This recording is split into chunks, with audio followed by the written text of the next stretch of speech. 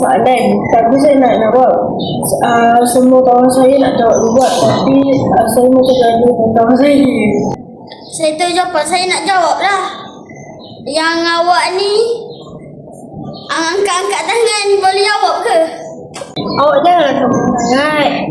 Kan masih orang lain juga kan, kita kan belajar. Teacher ni, kenapa bisa sangat? Apa masalahnya? Kalau dah ada cara untuk kawan jawab tanpa sakitkan hati orang lain, semua orang menjawab.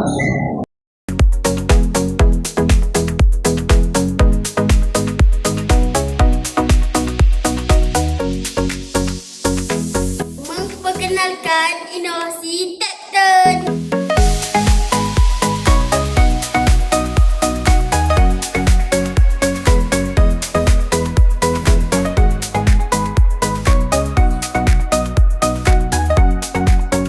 Inovasi Tekton menggunakan kotak terpakai dan dilubangkan di bahagian tertentu.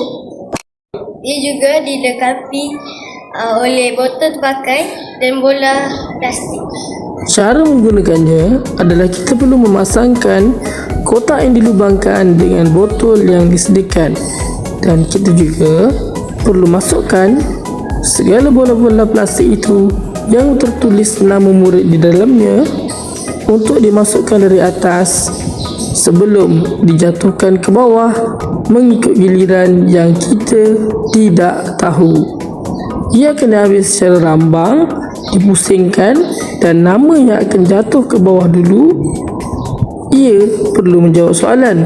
Dengan ini, murid-murid tidak perlu bergaduh untuk mengambil giliran bercakap. Dan yang penting, tidak terasa hati. Jadi kawan-kawan tak perlulah bergaduh. Sekian daripada kami. Terima kasih.